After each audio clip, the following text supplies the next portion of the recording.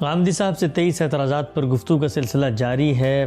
داڑھی پر 2، پردے پر 10 اور فطرت پر 7 اقساط میں مفصل گفتگو کرنے کے بعد اب سود کا موضوع زیر بحث ہے۔ سود کے اوپر آج ہم غامدی صاحب سے بہت اہم سوالات کریں گے جو بالعموم ان کی مذہبی فکر پہ پیش کیے جاتے ہیں۔ سود ان کے نزدیک کیا ہے؟ سود کی تعریف انہوں نے کیسے متعین کی ہے؟ سود دینا ان کے نزدیک کیوں حرام نہیں ہے؟